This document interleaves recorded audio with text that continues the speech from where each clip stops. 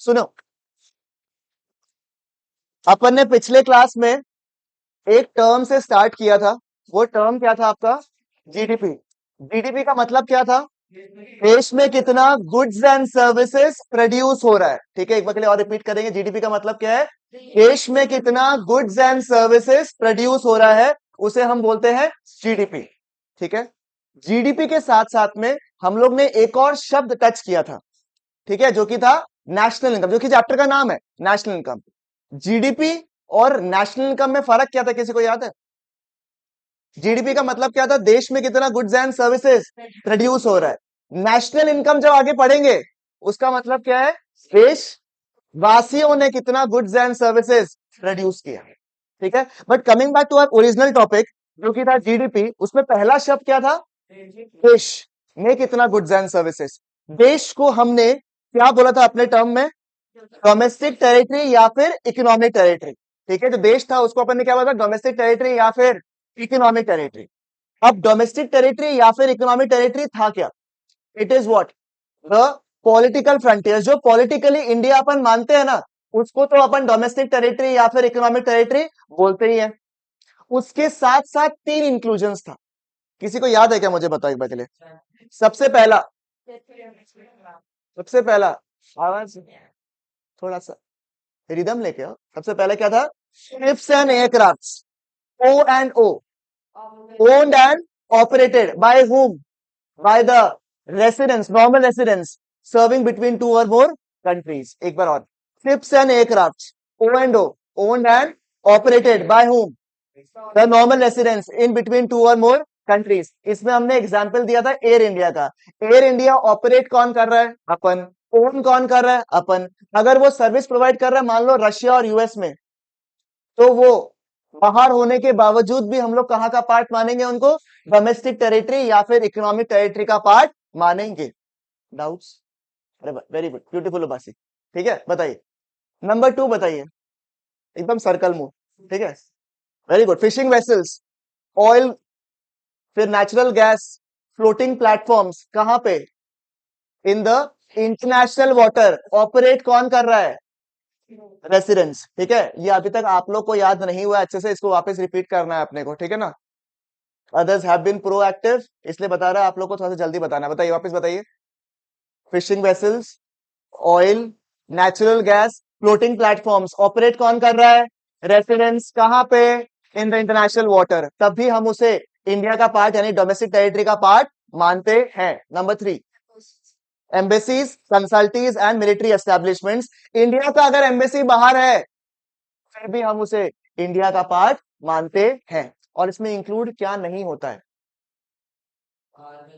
बाहर का एम्बेसी अगर इंडिया में है, अगर पाकिस्तानी एम्बेसी इंडिया में है, तो वो इंडिया के होने के बावजूद भी इंडिया का पार्ट नहीं मानते। It is just like treating your x. वो है, बट उसको अपन जीवन में अपन मानते नहीं है। सारा ग्रेविटी वाला बात हो गया। ठीक है, बाद में बात करिए इसके बारे में। ठीक है, एक बार वापस से बताइए। डोमेस्टिक टेरिटरी या फिर इकोनॉमिक टेरिटरी। ठीक है, पॉलिटिकल फ्रंटियर्स या फिर बॉर्डर्स ऑफ अ कंट्री। तीन इंक्लूजन। पहला इंक्लूजन बताइए। Ships and aircrafts, O and O, owned and operated by the residents between two or more countries. Number 2, fishing vessels, oils, natural gas, floating platforms, कहाँ पे?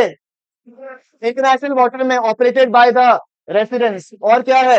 Embassies, consulates and military establishments. अगर India के बाहर भी operate कर रहा है और इंडिया का है, तो हम लोग उसको इंडिया का पार्ट मानते हैं। बट यही एम्बेसी, यही मिलिट्री एस्टेब्लिशमेंट अगर बाहर का है जो कि इंडिया में ऑपरेट कर रहा है, तो वो डोमेस्टिक टेरिटरी का पार्ट नहीं है। इसके ऊपर अपन ने सवाल किया था, बराबर? क्लियर है बिल्कुल यहाँ तक? पक्की बात। ये डोमेस्टिक टेरिटरी या फिर इकोनॉमिक टेरिटरी में कोई भी डाउट, कोई भी शंका दिमाग में सेट हो रहा है हल्का हल्का करके आप लोग का? ठीक है, by the final revision that we do in the next class, this will be sorted in your head. यही आपको करना है। ठीक है, अब मुझे बताइए, ऑपरेट कौन कर रहा था? कौन? रेसिडेंस कर रहा था, बराबर? ठीक है, और जब मैंने आपको नेशनल इनकम शब्द बोला था, तो वहां मैंने क्या बोला था आपको? देश, क्या क्या? देशवासी बोला था, है ना? देशवासी बोला था। देशवासी अगर मैं बोलूं, तो वो सिटीजन है या रेसिडेंट है? वो क्या है? सिटीजन है या रेसिडेंट है? बेशर्मो, ऑपरेट कौन कर रहा है यहाँ पे? पूरा बात हम लोग किसका कर रहे हैं यहाँ पे? रेसिडेंट। नीचे वाला में भी ऑपरेट कौन कर रहा है? रेसिडेंट। और जब बात आएगा देशवासी का तो सिटीजन। रेसिडेंटशिप है या सिटीजनशिप है? जब मैं देशवासी बोलूं it will be residentship and not citizenship, ताकि आप लोग ये कंफ्यूज ना हो, इसलिए दोनों का मतलब दिया हुआ था, सिटीजन का भी दिया हुआ था और रेसिडेंट का। देखते हैं कितना लोग को याद हो। ठीक है, आप बताइएगा मैडम। ठीक है, आपके आगे आपको पूछेंगे, क्वेश्चंस बहुत है आज हमारे पास में। आपको आपको हम सब है जो जीवन, आप जो बीच में है, आप दोनों के बीच में, I don't know the name. हाँ, आपका ही बात कर, आपका ही बात कर। हाँ, तुम ही बोलो यार, कोई बात नहीं, तुम बोलो। किसमें और था, किसमें एंड है? रेसिडेंटशिप में एंड है या सिटीजनशिप में एंड है? किसमें और था, किसमें एंड है?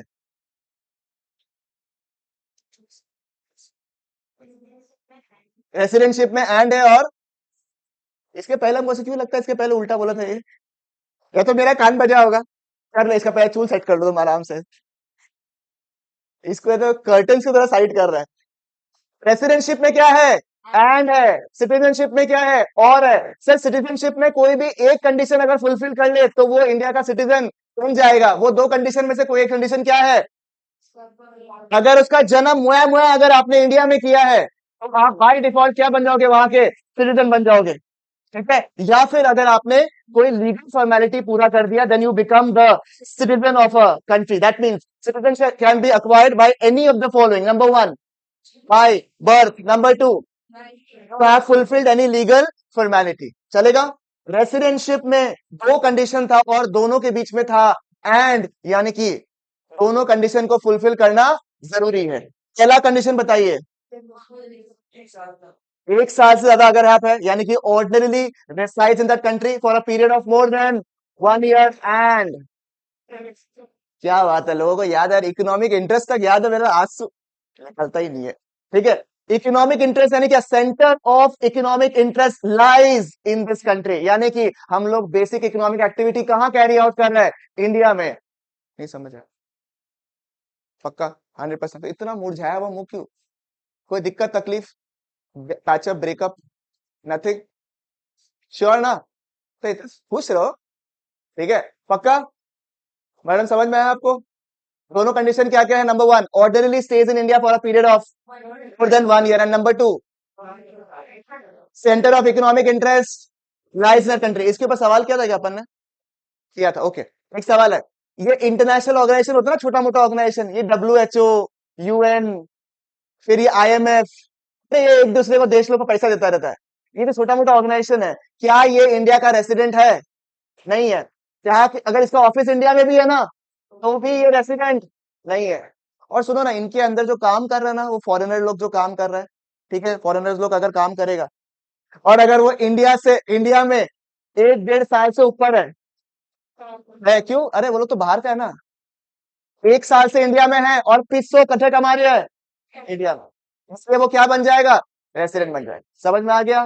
बढ़िया, क्लियर? पक्की बात है? सही पढ़ा रहा तो ठीक चलेगा। पक्की बात, residentship citizenship clear, normal residence clear. ये ऊपर क्या पढ़ा था अपन ने? अरे भाई, डोमेस्टिक टेरिटरी या फिर इकोनॉमिक टेरिटरी क्लियर, इसके ऊपर अपन ने सवाल भी किया है। श्योर? 100% मैडम? ओके। अब सुनो ना, जब अपन गुड्स एंड सर्विसेज प्रोड्यूस करेगा, ठीक है, तो अपन पैसा कमाएगा या नहीं कमाएगा? Ultimately upon goods and services produce करना, बेचना क्यों कर रहा है? पैसा कमाना। ठीक है, आपको बताना है कि कौन सा income will be included in GDP या नेशनल इनकम वगैरह। ठीक है, अभी एक बार के लिए नेशनल इनकम अगर आपको याद में नहीं है, वापस से आपको रिकलेक्ट करवाऊंगा मैं, और आगे जाके भी वापस से कलेक्ट करेगा अपन इसको। ठीक है, एक बार के लिए मुझे बताओ, दो टाइप का इनकम होता है। एक है, मान लो आपके पास में जमीन है, ठीक है, और जमीन आपने भाड़े में डाल दिया, उससे आप क्या कमाओगे? रेंट कमाओगे। ठीक है, आपके हिसाब से क्या ये GDP या फिर नेशनल इनकम में आना चाहिए या नहीं आना चाहिए? ठीक है, या फिर आपने बिजनेस किया और आपने पैसे कमाए, क्या वो GDP या फिर नेशनल इनकम में आना चाहिए नहीं आना चाहिए? आना चाहिए। ठीक है, उसके अलावा आपने किसी को ब्याज में पैसा दे दिया, अनलाइकली बट अगर आपने दे दिया, तो आप मुझे बताएं, आप इंटरेस्ट कमाते हो? Interest will be included in the calculation of GDP और नेशनल इनकम और not? What do you think? होना तो शायद चाहिए। अब एक टाइप का इनकम है, ठीक है, आप थोड़ा बहुत रेजोनेट कर पाओगे, रिलेट कर पाओगे। Let me tell you. ठीक है, अभी शादियों का सीजन आएगा, मतलब अभी चल रहा है ना, अभी स्टार्टिंग होगा।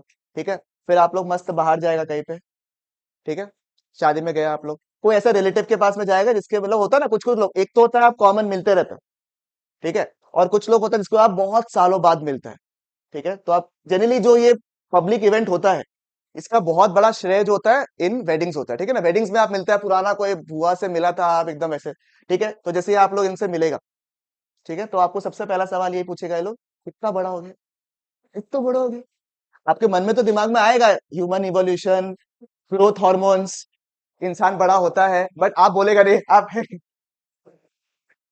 इतना सो देखो, कुछ लोग का हाइट उतना ही रहेगा, वो अलग बात है, बट कुछ लोग तो है ही, ठीक है, बराबर, और आप तब भी ऐसे शर्माएगा, मतलब आपको रिएक्शन नहीं पता क्या देना है। Yeah.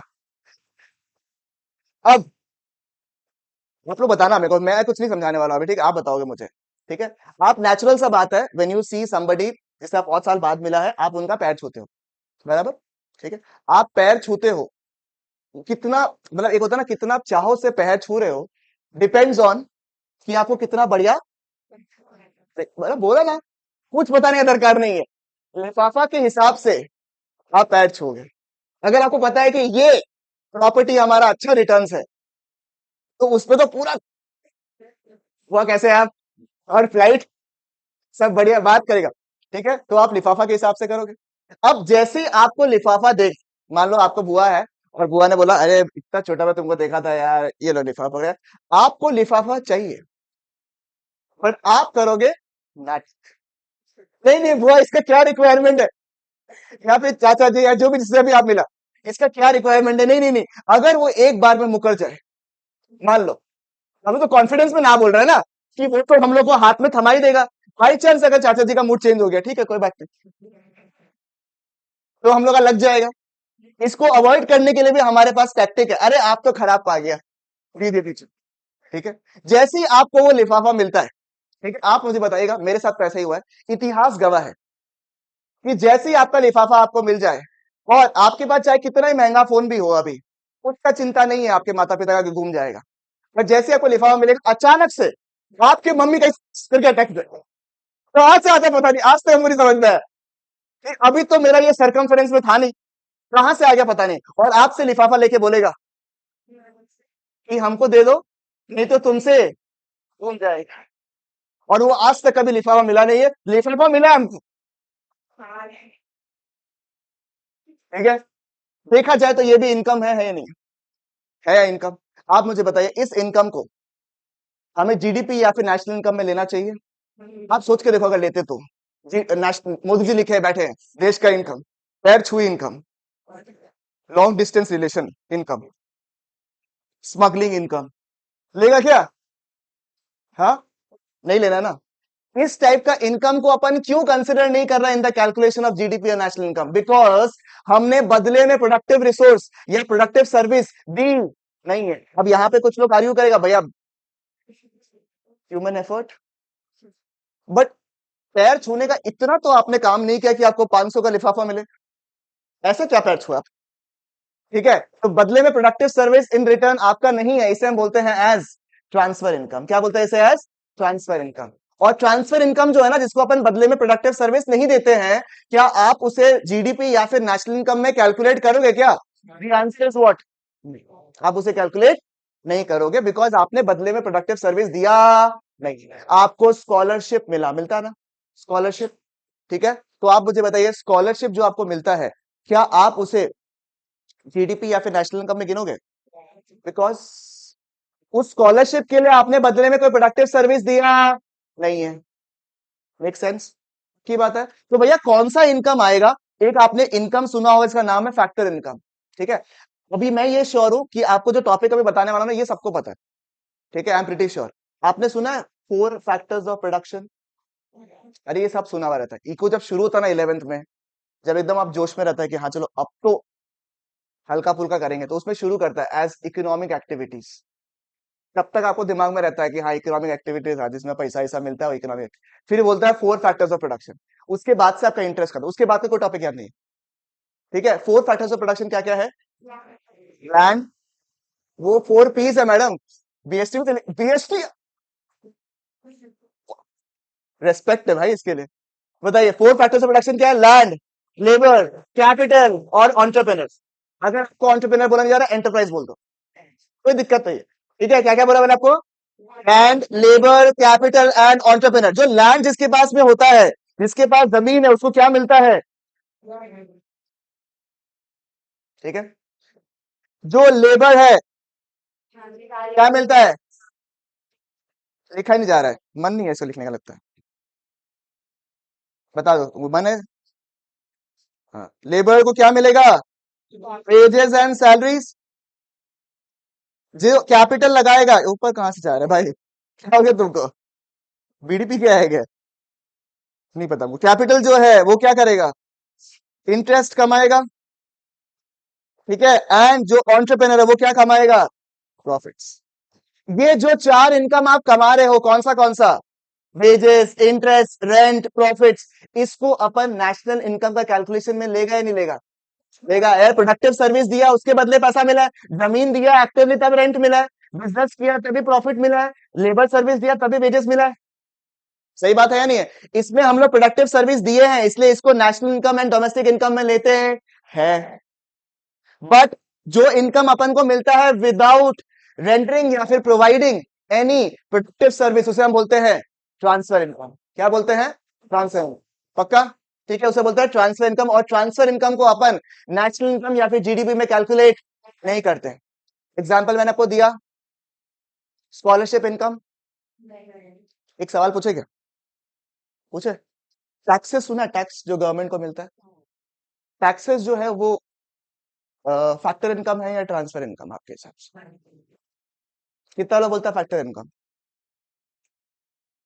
और कितना लोग बोलता है ट्रांसफर इनकम? वही भी नहीं। और जो बीच में कुछ नहीं बोला वो? है Y factor income? Productive service करता है। सुनो बात को। ठीक है। जब मैं गवर्नमेंट को टैक्स देता हूँ, ठीक है, मान लो मेरे पास 1000 रुपए का टैक्स बना, मैंने मोदी जी को दिया टैक्स का पैसा। जैसे ही मोदी जी को मैं टैक्स देता हूँ, क्या आप तुरंत बोलते हो Modi ji one step, one ठुमका प्लीज? 1000 रुपए दिए, I want productive service in बदले में, वन वन ठुमका प्लीज, ऐसा बोलते हैं आप? या फिर वन स्टेप प्लीज बोलते हैं? मतलब कि आप पैसे तो देते हो, imagining that it will do certain work, but वो वर्क आपको डायरेक्टली दिख रहेगा। आपको दिख रहेगा ये 1000 रुपए का मैंने टैक्स दिया, इसका सड़क बन गया, या ये 1000 रुपए मैंने दिया, यहाँ पे वॉशरूम खाली हो गया। ऐसा होता है क्या? या उनके ऊपर है कि उस पैसे का वो क्या करेंगे, उनके ऊपर है। मतलब कि रेसिप्रोकली उन्होंने क्या कुछ काम किया कि ये मैंने यहाँ पे पैसे दिया, बदले में रेसिप्रोकल में मुझे कुछ सर्विस मिल गया? ऐसा होता है क्या? मैंने पैसे दिया, they will decide the nature of the funds, how they will use. It can be for development purpose और it can also be for non development purpose. सही बात है या नहीं है? और प्रोडक्टिव सर्विस जब मैं बोलता हूं, इसका मतलब है कि रेसिप्रोकल लेवल पे मैंने यहाँ पे पैसे दिए, मुझे बदले में सर्विस मिलना चाहिए, उस पैसे की सर्विस मिलना चाहिए। जब मैंने रेंट दिया, सॉरी, जब मैंने आपको जमीन दिया, बदले में मुझे रेसिप्रोकल लेवल पे क्या मिला? रेंट मिला for that land that I have given. मैंने आपको लेबर सर्विस दिया, बदले में आपने मुझे क्या दिया? वेजेस दिया उस पर्टिकुलर सर्विस का। बराबर?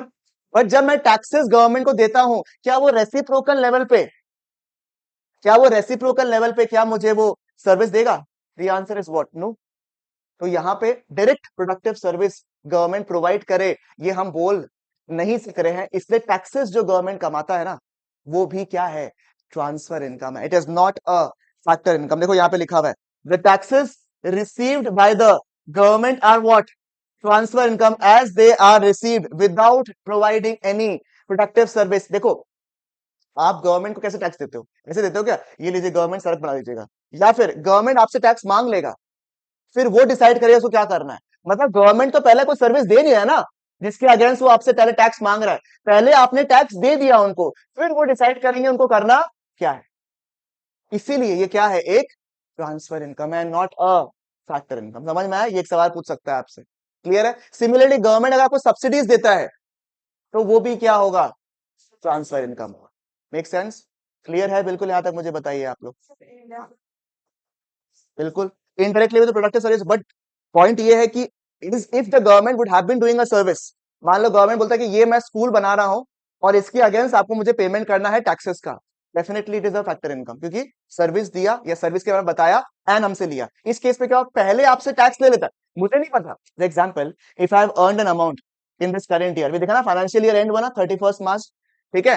तो अब मेरे को जो इनकम मेरा बना है उसके हिसाब से मैं गवर्नमेंट को पहले टैक्स दूंगा। मैं ये पूछूंगा क्या भैया जो मैं आपको 1 लाख रुपए दे रहा हूँ टैक्स का, मान लो उसका आप क्या करने वाले हो, मैंने पहले टैक्स दे दिया, फिर वो डिसाइड करेगा उसको क्या करना है। तो इनकम जो गवर्नमेंट को मिला है उसमें आपको डायरेक्टली कोई प्रोडक्टिव सर्विस दिखा गया, या आपको नहीं पता ना वो 1 लाख रुपए कहाँ यूज होने वाला है। आज समझ में, इट्स जस्ट लाइक कि आपको जो लिफाफा मिला था ना, उसका आपने मान लो आपको 5,000 का लिफाफा मिला, पहला पता धन्य है, ठीक है, 5,000 का। उसके बाद आपने सोचा कि नहीं, 5,000 रुपए को ना मैं कहीं अच्छे से यूज करूंगा, मैं ना कोई अच्छे प्रोग्राम में लगाऊंगा, अपने पढ़ाने में लगाऊंगा, कुछ में लगा आपने, ठीक है। उसको आगे आपने कहा यूज किया, बढ़िया यूज किया, उससे ये थोड़ी ना फर्क पड़ता है कि ये इनकम क्या है। हो सकता है I can use this 5,000 rupees for the best effective use, but this 5,000 I received, मैंने कोई प्रोडक्टिव सर्विस दिया क्या? The answer is what, no. इसीलिए जो इनकम मैंने रिसीव किया वो क्या है, एक ट्रांसफर इनकम। डाउट्स यहाँ पे कोई? पक्की बात है यहाँ तक, चलेगा? समझ में आया अच्छे से आप लोग को? 100% यहाँ तक पक्का ना? डाउट नहीं है? थोड़ा सा एक लेवल ऊपर जा सकता है अपन, हल्का सा। यू ट्राई, करे एक बार बात। देखो, जब मैंने आपको 4 फैक्टर्स ऑफ प्रोडक्शन बोला, तो मैंने क्या क्या बोला आपको? Land, labour, capital and entrepreneur. Fair enough, ठीक है। लैंड जिसके पास रहता है उसको अपन क्या बोला, क्या मिलता है? रेंट एंड, ठीक है, रेंट मिलता है उसको। मैं आप लोगों को एक और शब्द सिखा रहा हूं यहाँ पे, देखो, लैंड जिसके पास रहता है ना उसको मिलता है रेंट एंड, क्या लिखा हुआ है? क्या लिखा हुआ है? रॉयल्टी। ठीक है, रेंट एंड क्या लिखा है? किसी को पता है क्या रॉयल्टी का मतलब? रेंट तो पता है, जमीन भाड़ा में है तो वो रेंट ले रहा है। रॉयल्टी क्या होता है? एनीबडी? रॉयल्टी? नहीं? राजा महाराजा रॉयल्टी देते थे? माय गॉड, बहुत पुराना जमाना का हो गया। सुनो, अपन कोई जमीन को बिजनेस के लिए लिया, रहने के लिए लिया, तो क्या पे करता है अपन? रेंट। बट ऐसा कुछ जमीन होता है ना जहां पे आपसे बोलता है कि ये जमीन हमको चाहिए, इससे हम तेल वगैरह निकालेगा। They can be certain lands जिससे हम तेल निकाल सकता है, मेटल्स निकाल सकता है, पत्थर निकाल सकता है। सही बात है या नहीं है? वहां पे भी अपन एक टाइप ऑफ रेंट ही पे कर रहा है, उसको बोलते हैं अपन रॉयल्टी। बात समझ में आया आपको? That means the land which we have taken on lease for the purpose of से एक्सट्रैक्शन ऑफ मिनरल्स हो गया, ऑयल हो गया, इन पर्पज के लिए होता है ना, कोई जगह होता है, कोई पत्थर का एरिया हो गया जिसमें अपन को कुछ निकालना है वहां से, अपन को पता है ये अपने को चाहिए, 1 साल के लिए चाहिए, 10 महीना के लिए चाहिए, तो उसमें अपन क्या पे करता है? रॉयल्टी पे करता है, ठीक है। For those people who don't know, मान लो अगर आप लोग जैसे कि सड़क बनाने के लिए आपको पत्थर चाहिए, आपने एक जो है ना पत्थर का एरिया जो है आपका, जो क्या बोलते हैं इसको, जो आपका पहाड़ वगैरह है, उसको अगर आपने मान लो लीजिंग राइट्स में लिया कि इससे मैं पत्थर निकालूंगा, तो जो पत्थर आपने निकाला ना, उसके अगेंस्ट आप क्या पे करते हो? रॉयल्टी पे करते हो। बात समझ में आया क्या? पक्की बात? तो मैंने नया शब्द सिखाया, rent and royalty. Doubts, issues? Absolutely clear यहाँ तक? कोई डाउट? हाँ जी। लैंड के मतलब रॉयल्टी जो आप पे करते हैं, this is generally the land owner, and उसको it is considered as an income, तो उसके ऊपर टैक्स जो बनता है वो आप गवर्नमेंट को पे करते हैं, ठीक है। लैंड हो गया आपका रेंट एंड रॉयल्टी वाला पोर्शन। फिर आपके बाद क्या, क्या बोला? क्या बोला? लेबर, ठीक है, लेबर बोला मैंने आपको, ठीक है। मान लो, क्या कर लो, मान लो अभी यहाँ से किसको बाहर जाने का मन है, ऐसे गुवाहाटी से बाहर पढ़ने वढ़ने के लिए, काम वाम करने के लिए, ठीक है, 4 जन 5 जन, आपको भी जाना, ओके, सबको ही जाना, ठीक है, कोई यहाँ रहेगा ही नहीं। चलो, भाई साहब जी जो है, क्या नाम है आपका भाई? केशव। केशव जी को जो है जॉब लग गया, काम कर रहा है अभी भाई साहब जी बाहर में, ठीक है। मान लो इसको जॉब मिल गया हैदराबाद में, जॉब लग गया कहाँ पे? हैदराबाद में जॉब लग गया। काफी टैलेंटेड इंसान है, बढ़िया कोर्स वोर्स पढ़ के जा रहा है, ठीक है। इसको बोला कि केशव जी सैलरी डिस्कस करें, तो केशव जी ने बोला हाँ ठीक है करो, पैसों के लिए तो आए हम, ठीक है। तो केशव जी को बोला, केशव जी आपको हम 2 लाख रुपए महीना देंगे। कितना देंगे? 2 लाख रुपए महीना देंगे, यानी कि आपका सैलरी कितना है? 24 lakhs, ठीक है। तो केशव जी ने बोला दैट इज फाइन, बट मेरे को शिफ्टिंग विफ्टिंग करना पड़ेगा पूरा, प्लस मेरे को यहाँ पे फ्लैट वगैरह लेना पड़ेगा, ठीक है, प्लस मेरा ट्रैवलिंग का रहेगा, तो फिर मेरे को लगता नहीं इतना कोई बेनिफिशियल मेरे लिए होने वाला है, इसमें भी तो मेरा खर्चा हो जाएगा। बोलता नहीं केशव जी, ऐसा टैलेंट को हम जाने नहीं देंगे। केशव जी को बोला आपको क्या टेंशन है बताइए, बोलता है यार फ्लैट वाइट चाहिए होगा ना रहने के लिए, कैसे होगा फिर मेरे को, कहाँ ढूंढूंगा मैं हैदराबाद में फ्लैट वाइट। बोलता that's on us, will pay the rent. ठीक है। और फिर जो ट्रैवल वैवल करना है उसके लिए बोलता हम गाड़ी दे देंगे आपको, आप बस हाँ बोलिए। ठीक है। तो बोलता है अच्छा ठीक है सोचता हूँ। आप मुझे बताइए इनका सैलरी एक्चुअल में 2 लाख रुपए है क्या, या उससे ज्यादा है? उससे ज्यादा है, क्यों? इनको और भी तो बेनिफिट्स मिल रहा है। सही बात है या नहीं है? इनको और भी बेनिफिट्स मिल रहा है, जैसे कि इनको क्या मिला है, रेंट फ्री अकोमोडेशन मिला, रेंट देने के लिए करार नहीं है, उनको अकोमोडेशन मिल गया। मान लो उसका भाड़ा मोटा मोटी 20,000 रुपया होता, ठीक है, और जो ये ड्राइवर ड्राइवर जो रखा है उसका मान लो 20,000 रुपया होता, तो इसका सैलरी 2 लाख रुपए है, 2,40,000 रुपया है। 2,40,000 रुपया प्लस केशव जी को बोनस भी मिल सकता है। सही बात है या नहीं है? प्लस केशव जी को और ट्रैवलिंग अलाउंस भी मिल सकता है। सही बात है या नहीं है? प्लस इसके ऊपर मेहरबान जो आपका है ओनर, वो बोलेगा यार देखो आपका अभी तो आप जवान हो, आगे जाके आप बूढ़े भी होंगे, तो हम चाहते हैं कि आपका हम फ्यूचर भी सिक्योर करें, तो आपके लिए ग्रेचुइटी पीएफ इसमें भी पैसे डाल रहे हैं। तो इनका सैलरी 2 लाख है या 250, 260, 270 है? 270 तक पहुंच गया इसका सैलरी। सही बात है ना? दैट मीन्स कैन आई से whenever I am an employee, I am being compensated not just by salary but by other things, right or not? इसीलिए हमने अभी तक क्या पढ़ा, लेबर को क्या मिलता है, वेजेस या फिर सैलरीज। मैं एक थोड़ा सा और ब्रॉडर टर्म डाल रहा हूं जिसके अंदर वेजेस एंड सैलरी आ जाएगा, बट मैं आपको थोड़ा सा और बड़ा टर्म सिखा रहा हूं जिसका नाम है कॉम्पेंसेशन ऑफ, क्या बोला है, क्या बोला, compensation of employees. Sir why not salary and wages, because compensation includes the salaries and wages, it includes everything that you have received in kind. जैसे जगह वगह मिला ना, वो क्या है, इन काइंड है। और साथ में कोई फ्यूचर बेनिफिट्स, ग्रेचुइटी पीएफ, वो भी किसके अंदर आ जाएगा, कॉम्पेंसेशन ऑफ एम्प्लॉयज के अंदर आ जाएगा। मैंने सिर्फ रीब्रांडिंग किया एंड थोड़ा सा बड़ा वर्ड लिखा आपके लिए, क्या लिखा, कॉम्पेंसेशन ऑफ एम्प्लॉयज। ठीक है। कैपिटल वाला को क्या मिलता है रे, इंटरेस्ट। ठीक है, बरोबर चलेगा, इस पे कोई दूसरा फैंसी वर्ड नहीं है। और एंटरप्रेन्योर क्या कमाता है, ठीक है, थोड़ा मन है दिमाग लगाने का, ये तो बिल्कुल चार समझ में आ गया आपको बढ़िया से। थोड़ा कहा गया, हाँ हाँ, कौन सा, रॉयल्टी। रॉयल्टी का जैसे एग्जांपल कोई सब सॉइल होता है मान लो, जिसके अंदर आप तेल वगैरह निकाल सकते हो, तो जनरली लीज में लेते हो जगह को, कि हम लोग इसमें ना रिसर्च करेंगे, एक्सट्रैक्शन करेंगे, पत्थर निकालेंगे, तेल निकालेंगे, प्रीशियस मेटल्स निकालेंगे। ठीक है, उसके लिए अपन भाड़ा देता है, रेंट देता है, that rent is known as royalty. सुनिएगा, ये प्रॉफिट देख रहे हैं आप लोग, प्रॉफिट, ठीक है, ये प्रॉफिट मान लो कमाया कोई कंपनी, अपना मुखिया का कंपनी का एग्जांपल ले, मुखिया मान दे, मुकेश अंबानी का कंपनी रिलायंस इंडस्ट्रीज लिमिटेड, उन्होंने क्या कमाया, प्रॉफिट कमाया। ठीक है, अब जो प्रॉफिट उन्होंने कमाया, ठीक है, उस मान लो रिलायंस इंडस्ट्रीज लिमिटेड ने प्रॉफिट कमाया 1,000 करोड़, ठीक है, 1,000 करोड़ का प्रॉफिट कमाया। अब उस प्रॉफिट का रिलायंस इंडस्ट्रीज लिमिटेड क्या करेगा,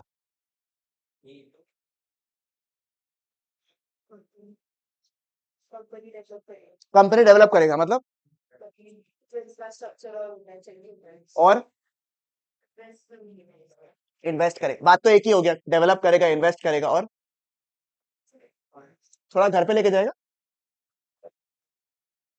अरे कंपनी है, अलग से एंटिटी, ऐसे बोलने में अपन मुखिया मुखिया बोलता है, बट रिलायंस अलग है और मुखिया अलग है, क्योंकि Reliance is independent Indian, right. तो अब बात ऐसा है, किसने बोला, क्या बोला इसने, कुछ घर लेके जाएगा, ठीक है, बट आप मुझे बताओ क्या रिलायंस इंडस्ट्रीज लिमिटेड ऐसा पैसा घर लेके जा सकता है क्या, प्रॉफिट तो ओनर का है, सही बात है। थोड़ा सा दिमाग खोलने का मन कर रहा है आप लोग का, इसलिए पूछ रहे हैं, बताओ, हटो, कुछ नहीं करेगा, वो 1,000 करोड़ सुन के ही बोला कि छोड़ो यार, बताओ रे क्या करेगा। पहला बात मुझे बताइए आप लोग, ये आप लोग कॉन्सेप्ट क्लियर है या नहीं, कि रिलायंस इंडस्ट्रीज लिमिटेड एंड मुखिया, यानी कि मुकेश अंबानी अलग अलग, मान लो मैं भी रिलायंस होल्डर का एक्चुअली में शेयर होल्डर हूं, but I it does not give me the right कि मैं जाके आपका यूएस में, यूएस बोलता है, मैं मुंबई जाके गेट रात को 11 बजे 1 बजे बोले "यार, मालिक खोला है, गेट खोला है, गेट खोला है, रिलायंस का मालिक, रिलायंस का मालिक आया, गेट खोल", ऐसा हम नहीं कर सकता है। समझ में? Because I am different and Reliance industries is it is an independent entity. सुना है ना आपने अलग बीएसटी क्लास 11? ठीक है। Accountancy also, yes correct. Accountancy में तो 12th में पढ़ोगे ना आप लोग कंपनीज के बारे में। अच्छा, टर्म पढ़ था आपने। वो तो सोल प्रोप्राइटरशिप कंसर्न हो गया। रिलायंस क्या हो गया? कंपनी हो गया, ठीक है। तो बात सुनो, रिलायंस इंडस्ट्रीज लिमिटेड का एक बात बोला कि 1000 करोड़ जो कमाया ना, उसमें से कुछ पैसा वो खुद यूज कर लेगा। थोड़ा अकाउंट्स फेंक रहे हैं आपके ऊपर। रिजर्व एंड सरप्लस सुना था आपने? रिटेन्ड अर्निंग सुना है आपने? तो कुछ पैसा तो रिलायंस, अरे भाई आगे भी तो बिजनेस करना है उसको, तो कुछ पैसा तो वो अपने पास रिजर्व में रख लेगा, बरोबर। कुछ पैसा वो क्या बोला था अभी अभी, घर पे ऐसे तो भेजेगा नहीं ना। घर पे रहने वाला लोग कौन है? मुखिया है, बहुत सारा शेयर होल्डर है, वो लोग को पैसा देना पड़ेगा। उनको क्या मिलता है? वेरी गुड, इक्विटी तो पहले ही ले लिया। क्या मिलता है? डिविडेंड मिलता है। सुना है आपने? डिविडेंड मिलता है, ठीक है। डिविडेंड क्या होता है? प्रॉफिट का एक हिस्सा which they pay to their real owners which is their share holders. For example, if I am the share holder of Reliance Industries Limited and the Reliance has earned a profit, it decides. ऐसा नहीं कि मैं बोलूंगा कि मुझे तो चाहिए, ऐसा नहीं कर सकता अपन। रिलायंस डिसाइड करेगा कितना पैसा वो अपने पास रखेगा एज रिटेन अर्निंग्स, कितना वो रिजर्व एंड सरप्लस के फॉर्म में रखेगा, और कुछ ऐसा पैसा जो उसको लगे कि हमारे ऊपर जो फेथ करके इन्वेस्ट किए हैं उनको हम रिटर्न देते हैं, उसे हम बोलते हैं डिविडेंड। क्या बोलते हैं उसको? डिविडेंड। बात समझ में आया आपको? तो प्रॉफिट मान लो कितना का हुआ था, उसमें से वो डिसाइड कर सकता है, रिलायंस डिसाइड करेगा 700 करोड़ अपने पास रख लिया, रिटेन कर लिया। मान लो वो 100 करोड़ क्या कर दिया, डिविडेंड में बांट दिया, तो भैया अभी तो 800 करोड़ ही हुआ ना, 200 करोड़ कहां चला गया? जैसे रिलायंस प्रॉफिट कमाएगा, सामने से मुकेश अंबानी जी आएंगे, सॉरी मुकेश अंबानी जी के सामने से जाएंगे और गवर्नमेंट वाले लोग बोलेंगे, एक्सक्यूज मी ब्रदर, हमारा टैक्स इतना पैसा कमाए हैं, थोड़ा बहुत हमारे ऊपर भी बांट दीजिए। तो गवर्नमेंट क्या, सॉरी रिलायंस को क्या पे करना पड़ेगा? टैक्स। बट ऐसे टैक्स बोलते हो तो अच्छा नहीं लगेगा ना, let just reframe the tax word, it is corporate tax. है वो इनकम टैक्स ही जो आप लोग देते हो, but I just reframe the word by saying it is what, a corporate, corporate tax. Corporate tax नहीं, इट इज कॉर्पोरेट टैक्स। क्या था? Corporate tax. बात समझ में आया? तो कुछ पैसा कहां चला जाएगा? Corporate tax. बात समझ में आया आपको? तो यानी कि जब आप प्रॉफिट कमाओगे, जब बड़का कंपनी बन जाओगे ना, तो प्रॉफिट का कुछ पैसा कंपनी अपने पास रखेगा, कुछ पैसा डिविडेंड में बांट देगा, और कुछ पैसा गवर्नमेंट के टैक्स पे देना पड़ेगा। भैया इसे क्यों पढ़ा रहे हैं आप लोग? ठीक है, क्योंकि जब आप लोग आगे जाके मेजरमेंट ऑफ नेशनल इनकम पढ़ोगे ना, 4th यूनिट में, तो वहां पे एक मेथड, इसका नाम है इनकम मेथड। दिख रहा है क्या? उसमें पहला क्या लिखा हुआ है? Compensation of employees. फिर क्या लिखा हुआ है? फिर क्या लिखा हुआ है?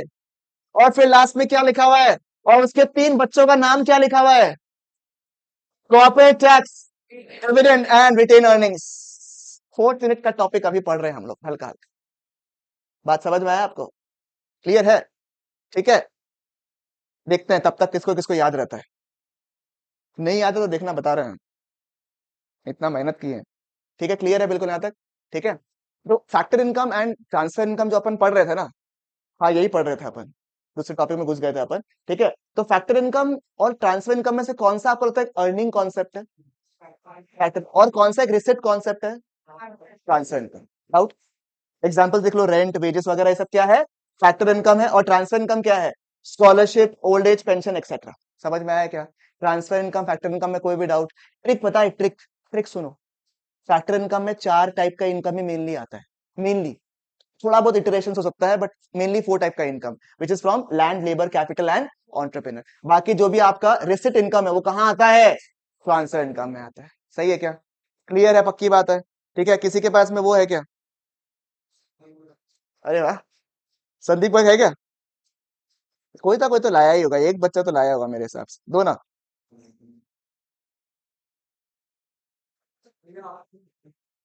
मेरा बुक बोल रहा है प्रिंट, आज मैंने पूछवाया था, अराउंड 20th तक आ जाएगा, मतलब पहले उसके आ जाएगा। Last date is 20th। उसके पहले मैं इसका पीडीएफ आपको शेयर कर दूंगा ग्रुप में एक बार। ठीक है, सिर्फ ये 2-4 पेज का है। सबका बुक शायद एक साथ प्रिंट हो रहा है, इसलिए इट इज टेकिंग टाइम। ठीक है, चलिए। अभी अभी क्या है, सुनो मेरी बात को। ठीक है, अ, मैं आप लोग को दूंगा एक सवाल ग्रुप में करने के लिए। ठीक है, सुनो सुनो सुनो सुनो सुनो पूरी बात से। मैं एक आपको सवाल दूंगा, इसी के ऊपर दूंगा, ट्रांसफर इनकम और फैक्टर इनकम के ऊपर सवाल दूंगा। ठीक है। Batch 3 did this question in 42 seconds.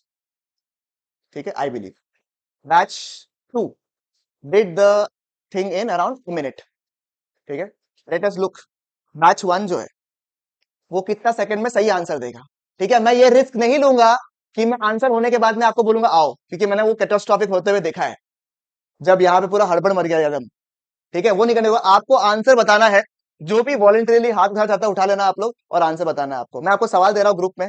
ठीक है, आप लोग अपना पन्ना, कागज, किताब, जो भी हाथ, कुछ भी लिखा के रेडी रखिए, जहां पे आप आंसर लिख सको। ठीक है, मैं आपको ग्रुप में भेजो, आप बता देना कब भेजना है मुझे। भेज दे क्या? रेडी? नहीं नहीं नहीं, मैं आप लोगों पे विश्वास करता हूं, तो इसलिए जब आंसर बताऊंगा तो आप लोग खुद से बता देना कि आंसर करेक्ट है या नहीं है आप लोग का।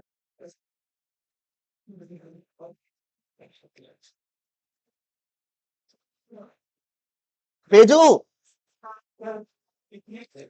अरे बस खाली ये लिखने का है, ट्रांसफर इनकम होगा तो टी लिख देना, फैक्टर इनकम होगा तो एफ लिख देना। भेजू क्या? एंड द टाइम, रुको बिगन नहीं हुआ अभी तक। हाँ, आपको मैंने क्वेश्चन भेज दिया है और टाइम जो है शुरू हो चुका है। जो ऑनलाइन वाला लोग है वो लोग भी प्लीज आप लोग आंसर भेजिएगा, क्योंकि आप लोग से भी उतने ही पैसे लेंगे हम। ठीक है, आइए।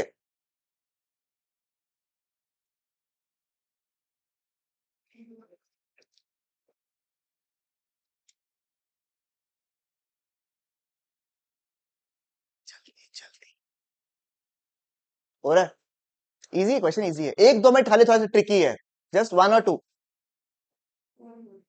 हो गया? ओके, एक जन ने क्लॉक कर दिया है एट 35 सेकेंड्स। हो गया 39 सेकेंड्स। रुको, 41 सेकेंड्स, 45 सेकेंड्स, 46 सेकेंड्स, 48। और कोई है? 52।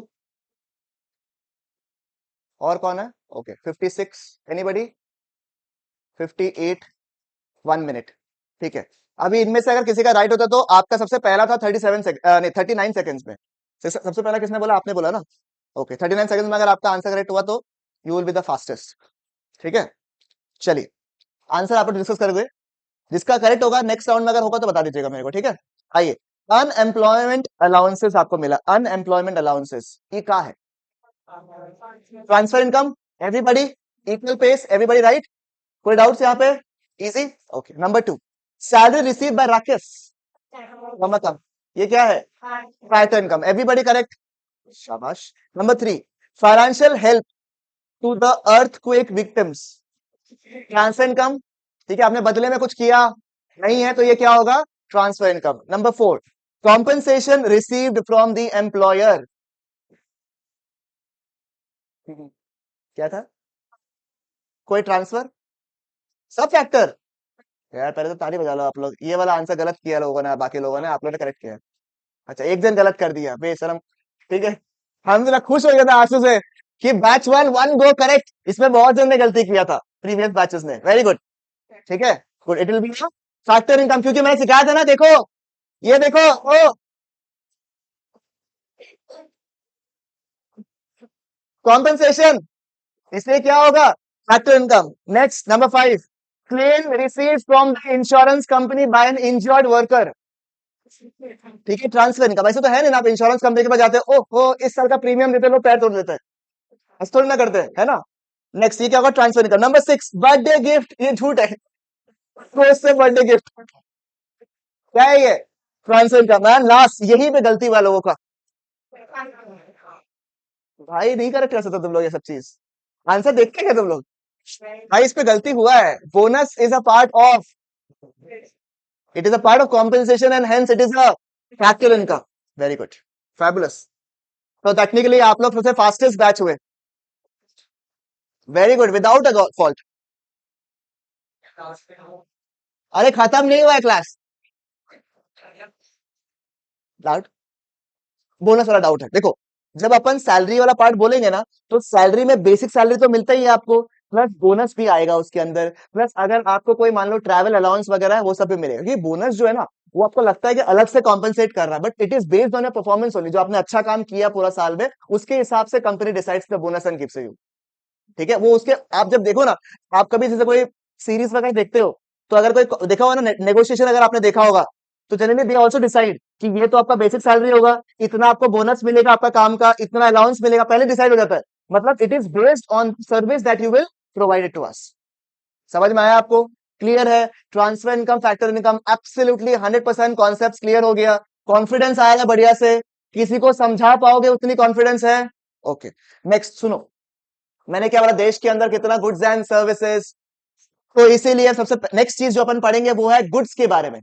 ठीक है, यहाँ पे कोई ऐसा होम बेकर वेकर है? एक एक बैच में एक एक तो मिल ही जाता हमको, इसलिए हाँ वेरी गुड। ठीक है, अभी मैं थोड़ा सीख गया हूँ क्योंकि मेरे को पहले पता नहीं था कुछ भी, बट अभी थोड़ा आ गया हमको। आप मुझे बताओ, होम बेकर में केक बनाता है, केक में क्या क्या इंग्रेडिएंट्स तुमको चाहिए होता है? आप लोग भी हेल्प कर सकते हो, कोई दिक्कत की बात नहीं है। ये हमको ना, मैं बता रहा हूँ, लड़का लोग को पूछ रहा हूँ, you people are top level, लड़का लोग बताना, ये बेकिंग सोडा और बेकिंग पाउडर अलग अलग होता है, आप लोग को पता था? लड़का लोग को पूछ रहे, आप लोग तो, भाई आप लोग मेरे से बहुत आगे हो, बता रहा था मैं। उनको पता नहीं था ये बात कि ये अलग अलग होता है, हमको लगा एक ही होता होगा। वेरी गुड, बताओ क्या क्या था? मैदा, फिर चीनी, चीनी ओके, चीनी मास्टर शेफ, चीनी, cocoa powder, essence, Eno, butter, baking powder, baking soda, अंडा भी चाहिए, हाँ एगलेस भी हो सकता है, मिल्क, मिल्क मेड, माइक्रोवेव, और मोल्ड चाहिए, और एक दिन कल कल एक दिन बोला था किचन, सही बात है, और हनी, केक ही बनाना है तुम? टॉपिंग्स क्या होता है? पुड़िया, अच्छा नहीं, कुछ कुछ हाँ, whipped क्रीम, ये क्या होता है जिसमें लगाता है? और कुछ चाहिए? बिस्किट, बिस्किट भी चाहिए, ठीक है। अब मेरी बात ऐसी है कि ये सभी सामान जो आपने परचेज किया फॉर मेकिंग द केक, तो आपके लिए सारे सामान जो आपने परचेज किया ये फाइनल गुड होगा, इंटरमीडिएट गुड्स? क्योंकि आप किस हिसाब से बना रहे हो सामान कि आपको उस केक को आगे बेचना है, तो उस केस में इनके लिए वो सारे सामान क्या होंगे? Intermediate goods. और आपके हिसाब से, आप मुझे बताओ, मैंने तो पढ़ाया भी नहीं अभी तक आप लोगों को, intermediate goods and final goods में what do you think will be used in the calculation of GDP and national income? Because because final goods में इंटरमीडिएट गुड्स का वैल्यू ऑलरेडी, बात समझ में आया क्या? पक्की बात है। अब मुझे समझाने दो फाइनल गुड्स के बारे में। फाइनल गुड्स दो टाइप का होता है, ठीक है? फाइनल गुड्स कितने टाइप का होता है? दो टाइप का। एक होता है फॉर कंजम्पशन पर्पस, एक मैंने क्या बोला? For consumption purpose. मान लो आप नीचे गए, चिप्स खरीद लिए, खा लिए, ये क्या हो गया? Final goods, because you have used it for consumption purpose. तुमने लैपटॉप पढ़ने के लिए लिया, कंजम्पशन पर्पस, ठीक है? तुमने फोन अपने पर्सनल पर्पस के लिए लिया, क्या है? कंजम्पशन पर्पस, और ये क्या है? फाइनल गुड्स, ठीक है? बट इस आईपैड के थ्रू, मैंने आईपैड खरीदा, ये आईपैड के थ्रू मैं क्या कर रहा हूं? आपको पढ़ा रहा हूं। इस लैपटॉप के थ्रू हो सकता है मैं अपने क्लाइंट्स को सर्विस प्रोवाइड कर दूं, रिटर्न्स लगा दूं, ठीक है? इसके थ्रू मैं सर्विस प्रोवाइड कर रहा हूं, मैं हेल्प कर रहा हूं, ये भी मेरे लिए क्या हो गया? फाइनल गुड्स है। But is it for consumption और फॉर इन्वेस्टमेंट? ये मेरे क्या है? इन्वेस्टमेंट, क्योंकि इसके थ्रू मैं सर्विसेज प्रोवाइड कर रहा हूं, इसके थ्रू मैं जो आपको प्रोडक्ट है उसमें हेल्प कर रहा हूं, तो उसे हम बोलते हैं as final goods, but which category? Investment. बात समझ में? That means final goods can be of two types, number one for consumption purpose and number two for investment purpose. Consumption जो कि कंज्यूमर्स लोग डायरेक्टली कंज्यूम करेगा, उसे हम बोलेंगे कंजम्पशन वाला पर्पस कौन सा? Final goods. और इन्वेस्टमेंट क्या है, जिसके थ्रू मैं क्या करूंगा, आगे सर्विसेज प्रोवाइड करूंगा, जो कि मेरे आगे प्रोडक्शन में हेल्प करेगा, उसे हम बोलेंगे क्या, इन्वेस्टमेंट। समझेगा बात को। मैं इस लैपटॉप को नहीं बेच रहा हूं, या इस लैपटॉप जो है आपका, उससे सर्विस आपको, सॉरी, इस लैपटॉप को आगे नहीं बेच रहा हूं, मैं इस लैपटॉप से सर्विस प्रोवाइड कर रहा हूं आपको, इस लैपटॉप से प्रोडक्शन में हेल्प कर रहा हूं आपका। बात समझ में आ रहा है आपका? तो इसीलिए ये क्या है आपका, फाइनल गुड्स। बात समझ में आ रहा है आपको, क्लियर है? बट अगर मान लो, ठीक है, अगर मान लो, ठीक है, कि भाई साहब जी जो है, क्या नाम है आपका सर? तनुष। तनुष का जो है बीएमडब्ल्यू का शोरूम है भाई, ठीक है, बीएमडब्ल्यू का शोरूम है। तो इसके लिए गाड़ी जो है, इसके लिए गाड़ी जो है, वो एक फाइनल गुड है या इंटरमीडिएट गुड है? क्यों?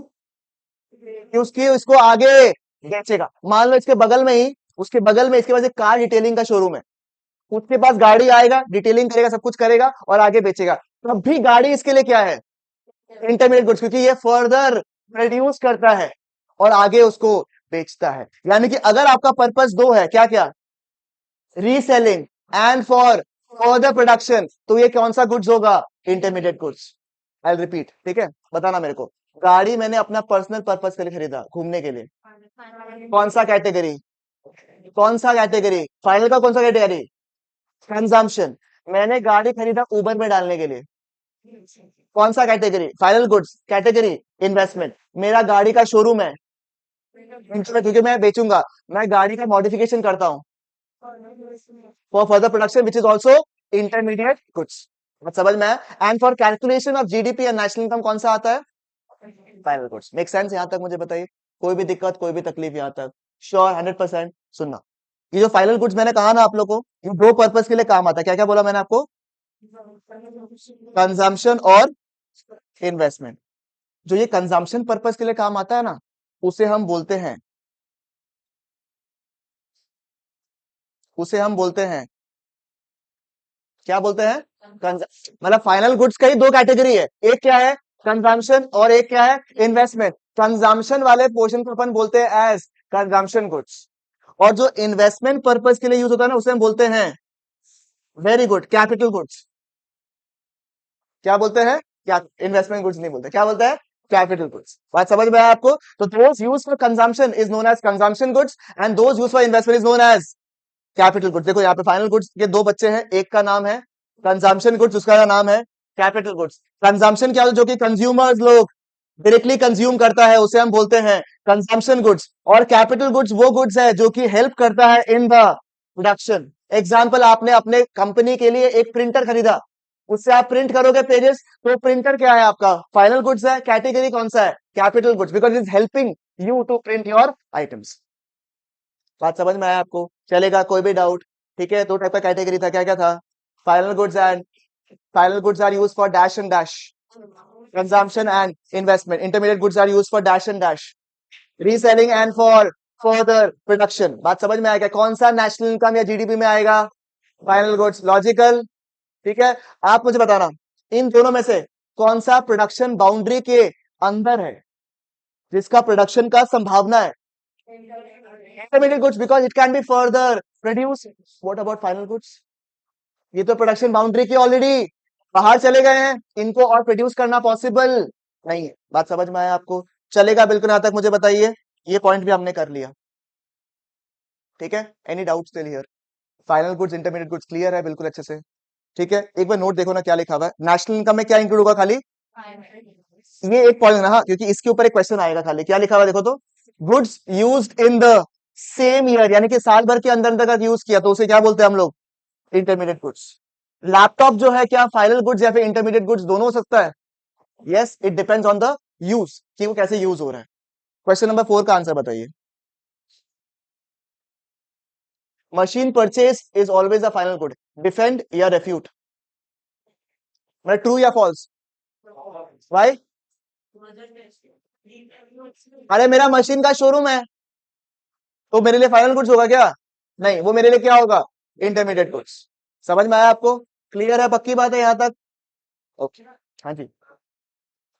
कैपिटल गुड्स वो होता है जो कि आप इन्वेस्टमेंट पर्पस के लिए, वो फाइनल गुड्स जो कि आप इन्वेस्टमेंट पर्पस के लिए यूज करो। ये लैपटॉप के थ्रू अगर मैं कोई सर्विस प्रोवाइड कर रहा हूँ, मैंने अपने ऑफिस के लिए कोई मशीन परचेज किया या प्रिंटर परचेज किया या आईपैड परचेज किया फॉर प्रोवाइडिंग सर्विसेज और it is helping in further production, तो वो एक फाइनल गुड्स तो है ही, and it is what, an investment purpose, hence it is known as capital goods.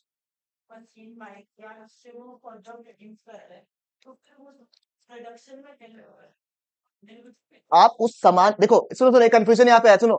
इसने बोला वो सामान प्रोड्यूस भी तो हो रहा है आगे जाके, सुनो।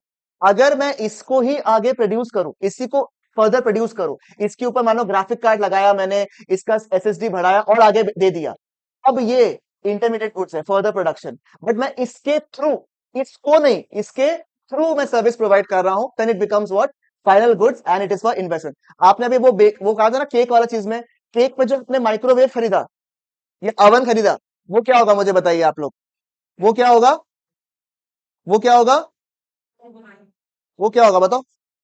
मैंने अपना होम बेकर है, केक बनाने के लिए मेरे को माइक्रोवेव चाहिए, वो क्या होगा, फाइनल गुड्स या इंटरमीडिएट गुड्स? फाइनल गुड्स, क्योंकि उसके थ्रू मैं केक बनाता हूं, मैं माइक्रोवेव को आगे बेचता नहीं हूं, here's your cake, here's your microwave, ऐसे करता है क्या? नहीं ना। बात समझ में आया आपको? चलेगा? सवाल पूछ सकते हैं आपको थोड़ा बहुत? चलिए आप बताएंगे, अभी एक एक करके पूछेंगे सवाल, ठीक है? इंडिविजुअली पूछेंगे, आंसर देंगे। बताइए सर। कौन सा साहब? हाँ, देखो, हाँ, जैसे एग्जांपल हो गया आपका, मान लो, अभी एग्जांपल दूं मैं थोड़ा सा आगे, एक है क्वेश्चन यहाँ पे, मैं बता दूंगा आपको, ठीक है? आप लोग लॉजिकली हो सकता है गलत भी बोलो उसका आंसर, और सही है, मतलब फ्रेम ऑफ माइंड के हिसाब से सही होगा, but the answer given is different, ठीक है? मैं डिस्कस करूंगा अभी, ठीक है? आओ, जैसे एग्जांपल आपको बता ही देता है, एक छोटा सा एग्जांपल देते हैं, जैसे ब्रेड परचेज किया आपने, ठीक है? अब ब्रेड जो है नॉर्मली, अगर आपका पर्पस कुछ भी हो, वो जनरली क्या साल भर तक रखे हो गया, उसको जनरली अगर अपन आगे पर्पस के लिए रख पे रखा है, तो उसको इंटरमीडिएट गुड्स के कैटेगरी में रख देता है अपन, कि यार इसको तो आगे अपन यूज कर लेंगे, इसको खत्म कर देंगे यहाँ पे, इस तरीके से। बाकी एग्जांपल दूंगा आपको आगे जाके, ठीक है? दूंगा मैं एग्जांपल, अभी आप लोग स्ट्रेस नहीं लेना आप लोगों को, ठीक है? आइए, पहले सवाल पूछो आपसे, ठीक है? केशव साहब आप बताएंगे सबसे पहले, machine purchased by a firm, final goods है या इंटरमीडिएट गुड्स? सही है, क्योंकि आगे आप मशीन को बेचोगे, तो वो क्या हो जाएगा मुझे बताइए, इंटरमीडिएट गुड्स होगा। सही है क्या? यस। मैं वापस सवाल पूछता हूँ केशव साहब, अगेन वापस से, यहाँ पे थोड़ा सा कुछ विवादित सवाल आया है। आइए, machine purchased by a firm, आपका डीलर अगर लिखा हुआ है, अगर डीलर होता of machine, then it would have been an intermediate goods, but अगर मैंने नॉर्मली फर्म है, मैंने laptop, CA firm purchase the laptop, तो मेरा काम तो उसको लैपटॉप बेचने का नहीं है, it will be what, final goods, क्योंकि इस पे लिखा हुआ नहीं है डीलर ऑफ मशीन्स, हेंस हम लोग यही एज्यूम करेंगे जो मशीन आपने परचेज किया है, ये किस पर्पस के लिए है, इन्वेस्टमेंट पर्पस के लिए, hence it will be a final goods. ठीक है साहब जी, आप बताओ, ठीक है? इजी है। Soft drinks purchase by a school canteen, soft drinks purchase by a school canteen, क्यों?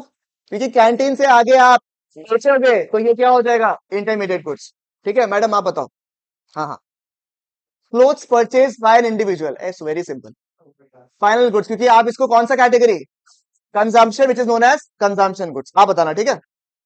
इजी है ये भी। कोल, कोयला purchase by a factory,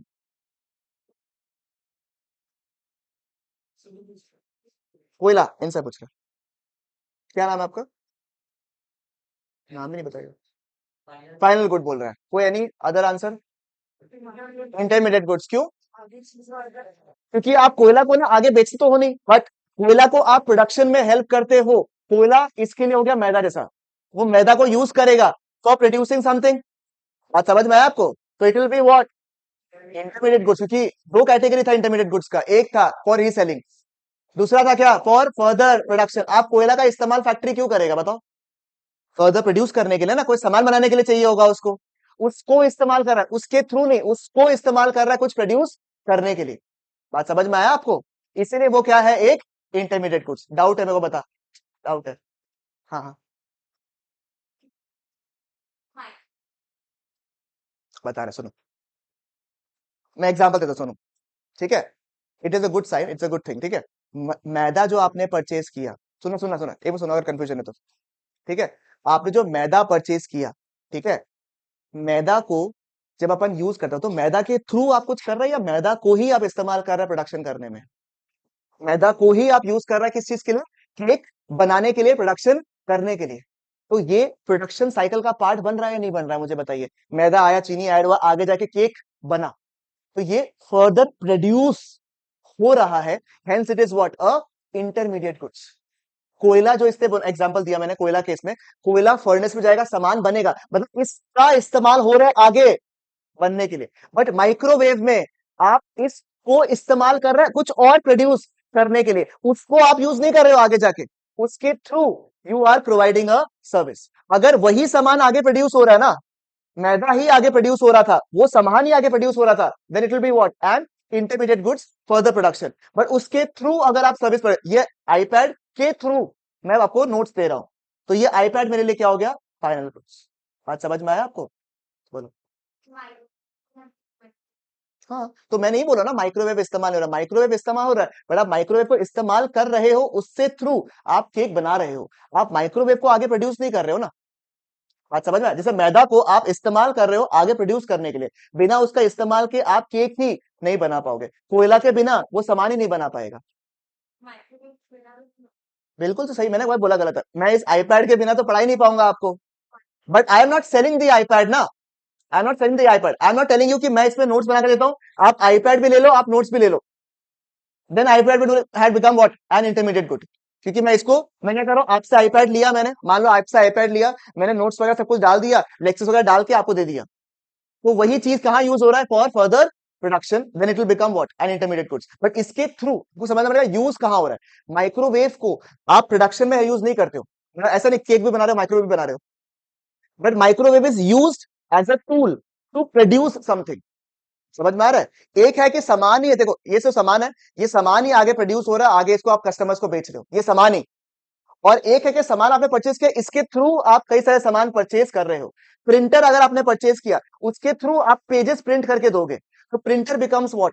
my final goods.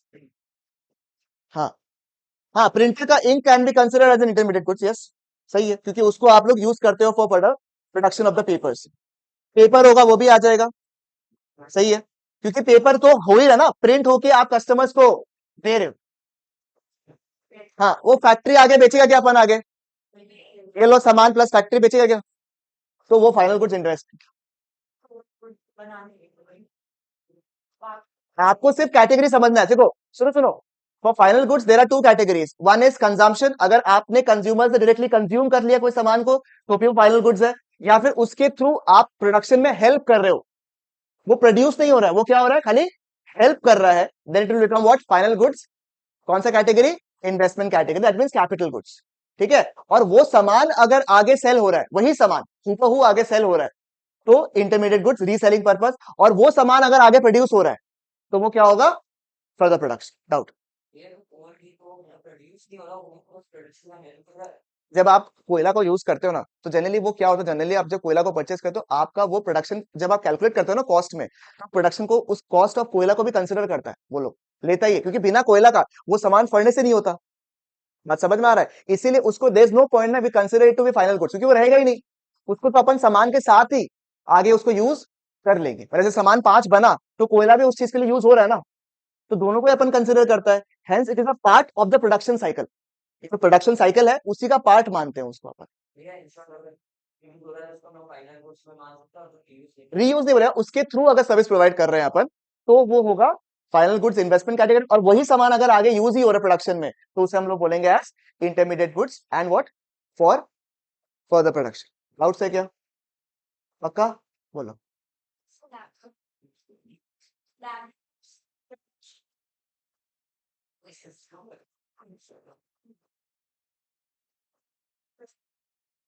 मेरा लैपटॉप इन्वेस्टमेंट ही है ना, तब तो अगर मैं इसके थ्रू सर्विस प्रोवाइड कर रहा हूँ, तो ये तो मेरा इन्वेस्टमेंट ही हुआ ना। क्या प्रोडक्शन होगा? इसके थ्रू बोला ना, इसके थ्रू होने से किसमें गिरता है वो? फाइनल गुड्स में तो गिरता है। ये सामान अगर फर्दर प्रोड्यूस होता, तो तुम मेरे पास लैपटॉप लाके देता, और तुम उनको बता भैया इसको अपग्रेड करके दे दो मेरे को, या इसको रिपेयर करके दे दो मेरे को, तो मैं आपका लैपटॉप लेता, मैं रिपेयर करता, मैं इसके अंदर कुछ कुछ पार्ट्स डालता, और फिर आपको देता, तो वो क्या हो रहा है? लैपटॉप अपने आप में फर्दर प्रोड्यूस हो रहा है, then it will be following, तब मेरे लिए क्या हो जाता वो? Intermediate goods. ठीक है, नेक्स्ट पूछे, आप बताइए साहब। Book purchase by a student. आप हाँ, final goods easy, consumption purpose easy. Next, books purchase by a book seller, books purchase by a book seller. Intermediate goods easy क्योंकि वो आगे उसको फिर आप बताना, आप बताओ, ठीक है। Exhaust fans used for making water coolers, exhaust fan का इस्तेमाल होता है ना वाटर कूलर्स के लिए। इंटरमीडिएट या फाइनल?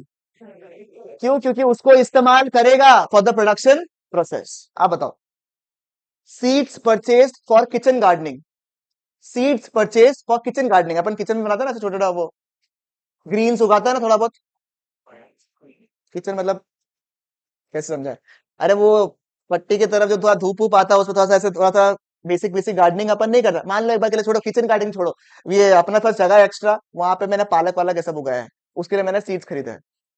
फाइनल गुड्स, अरे वो तो आगे बेचेगा नहीं, अपना पर्सनल पर्पस के लिए है, कंजम्पशन है, hence it is what, final goods. सब आप बताएंगे, ठीक है। अ, हाँ, आप बताओ।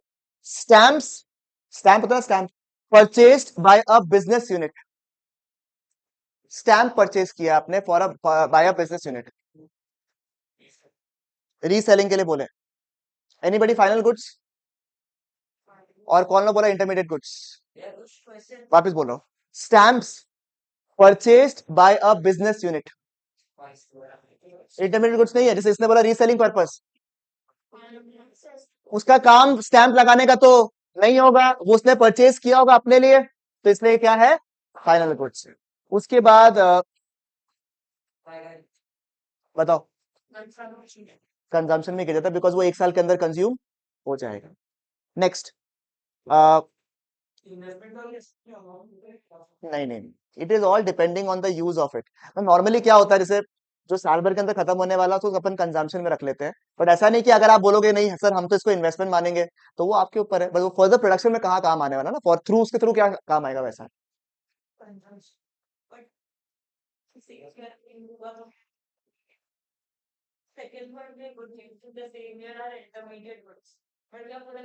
और जनरली स्टैम्प्स वगैरह जब परचेस करता है we keep it for long, मतलब ऐसा नहीं है that we just use it, we keep it for long. Cards होता है ना, बिजनेस कार्ड्स, टाइम लगता है उसको अपन, मतलब जैसे लंबा के लिए प्रोडक्शन करके रखता है अपन, उसको यूज करते रखते हैं। फाइनल गुड्स की कैटेगरी में रखेंगे अपन उसको। अगर मेरा पर्पस इंटरमीडिएट गुड्स का होता then it's a different thing all together. ठीक है, बोलो बोलो बोलो।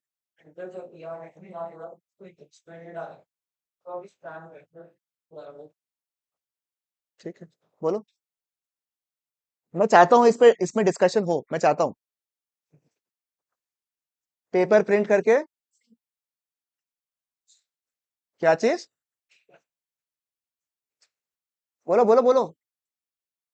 स्टैम्प्स जो है,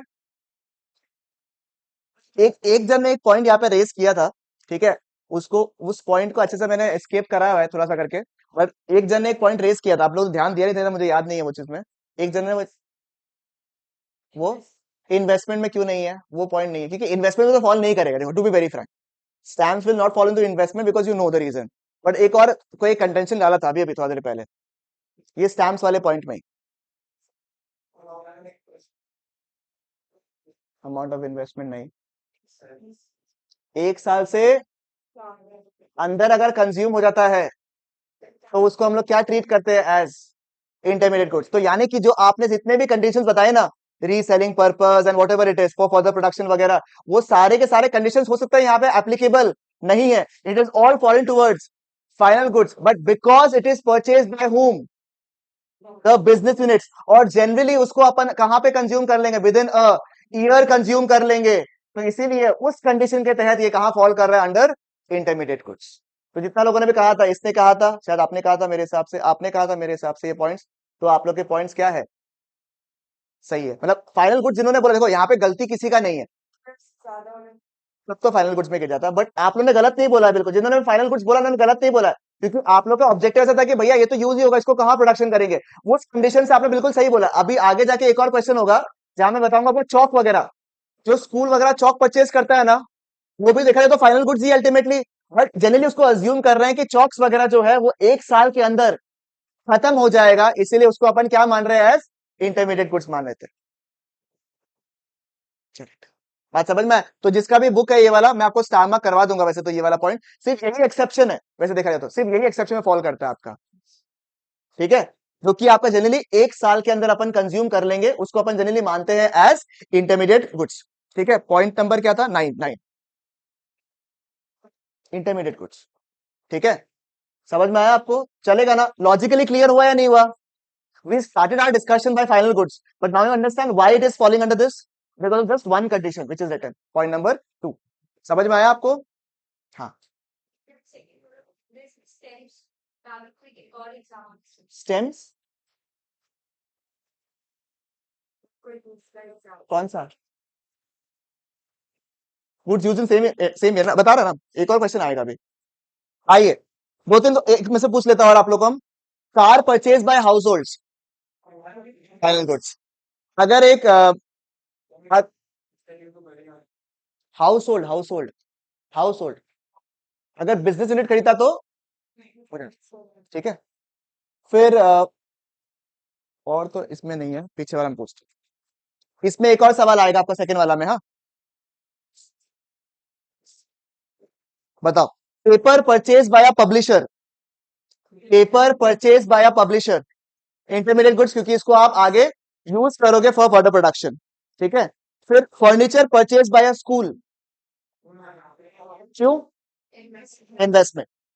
number 3, milk purchase by household, final goods, consumption. Purchase of rice by grocery shop, क्यों? रीसेलिंग पर्पस के लिए। अभी ये पॉइंट रिपीट हो रहा है। Coal used by the manufacturing firms, coal used by the manufacturing firms, intermediate, क्योंकि ये कहां काम आता है? For further production. Computers installed in an office, computers installed in an office. अगर ये यूनिट होता, बिजनेस यूनिट होता तो बात अलग था, बट अगर कुछ बताया नहीं है, ऑफिस में है, तो हमारे लिए क्या? Final goods. और कौन सा कैटेगरी में फॉल करेगा? इन्वेस्टमेंट में। डाउट्स नहीं है ना? डाउट है? कोई डाउट? हाँ।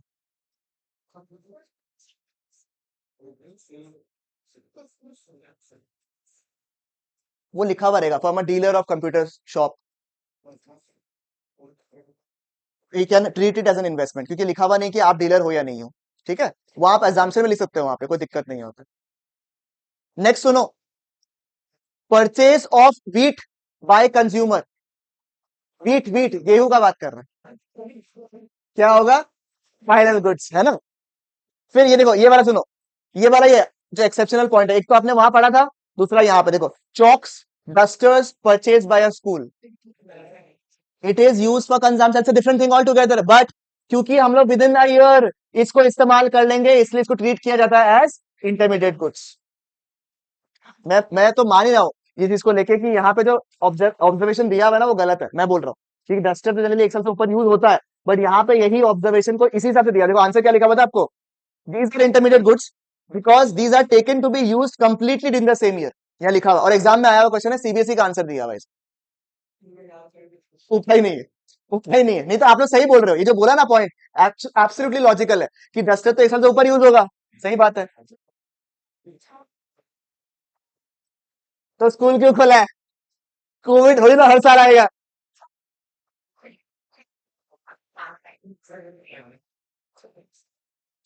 बट फिर भी हम लोग एज्यूम करेंगे कि एक साल के अंदर यूज करें, ठीक है, क्योंकि सीबीएसई का आंसर, हम क्या कर सकते हैं इसमें? हम तो बोल ही नहीं, तुम लोग गलत बोल रहे हैं।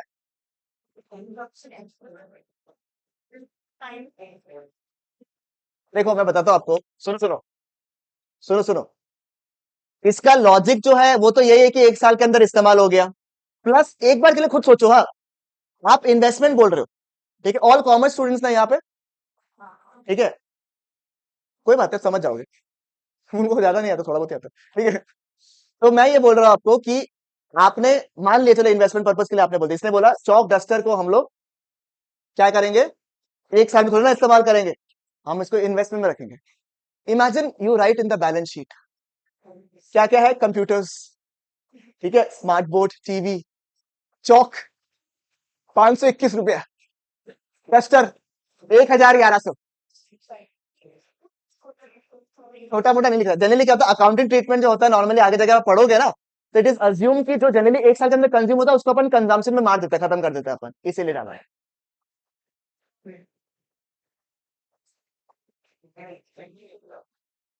वाह। हाँ, बट सुनो इसने क्या बोला, हमको ऐसा मजा आ रहा है, ऐसा पॉइंट आ रहा था, बताओ क्या बोला आपने। अरे बोला ना, सीरियस सीरियस बोलो। फॉर फर्दर प्रोडक्शन काम आ रहा है, चौक जो है फर्दर प्रोडक्शन के लिए काम आ रहा है, सर्विसेज का। तब तो वो टेक्निकली तो शी इज सेलिंग की इंटरमीडिएट गुड्स ही है वैसे तो, बट अगर नॉर्मली बता रहा है आपको, जब चौक आप यूज करते हो, जब घसते हो, तो उसका जो लेंथ है वो कम होते रहता है, कुछ थोड़ा सा लिख लेता है, कुछ खा लेता है, जो भी रीजन हो, यूज होता रहता है, तो it is consumed in the process of providing the services, hence वो सर्विस का पार्ट बन जाएगा। उस नजरिए से भी आप उसको इंटरमीडिएट गुड्स बोल सकते हो। ठीक है इंटरमीडिएट गुड्स, काम खत्म। तो ऐसा होता है माथा खराब हो गया। दो एक्सेप्शन याद करना है खाली हमको, तो एक तो बिजनेस यूनिट वाला पॉइंट जो था वो वाला, स्टैंप वाला, कार्ड वाला, और एक चौक वाला, उसमें भी लोग दिमाग लगा रहे हैं इतना। सही है। Mobile purchase by a mobile dealer, purchase of, ये तो हो गया, चौक डस्टर हो गया, खा लिया। Fertilisers use by the farmers, ये बताओ, intermediate goods. Fertilisers purchase by the farmers, question दो बार बोलने से आंसर चेंज नहीं होता है। जस्ट बिकॉज मैंने फर्टिलाइजर्स परचेज सही बोला है, intermediate goods use for further production, छिड़केगा ना, intermediate goods. Printer purchase by a lawyer, कौन सा पर्पस, कंजम्पशन, इन्वेस्टमेंट करेगा, लॉयर है कुछ प्रिंट प्रिंट करके देगा, लीगल नोटिस वगैरह देगा ना, तो उसके लिए तो प्रिंटर क्या हो जाएगा, इन्वेस्टमेंट। अरे लॉयर तो नॉर्मली कोई भी देता हाउस होल्ड के लिए बोल देता, लॉयर स्पेसिफिकली क्यों बोला क्वेश्चन में। नेक्स्ट, किस पर्पस के लिए यूज हो रहा है, बिजनेस यूनिट परचेज कर रहा है मान लो, लॉयर परचेज कर रहा है, कोई प्रोफेशनल परचेज कर रहा है, ऑफिस वाला परचेज कर रहा है, इन्वेस्टमेंट। हाउस होल्ड परचेज कर रहा है, फाइनल कंज्यूमर परचेज कर रहा है, कंजम्पशन। जैसे गाड़ी, सुनो सुनो, गाड़ी इसने अपने ऑफिस के लिए परचेज किया, तो वो क्या होगा, फाइनल गुड्स, कौन सा पर्पस, गाड़ी तुमने अपना पर्सनल पर्पस के लिए परचेज किया, consumption. Refrigerator installed in a firm, refrigerator installed in a firm, कौन सा category, consumption. Sugar used by a sweet intermediate goods, क्योंकि use for the products. Clear, 100%, पक्की बात, श्योर, ग्रेट।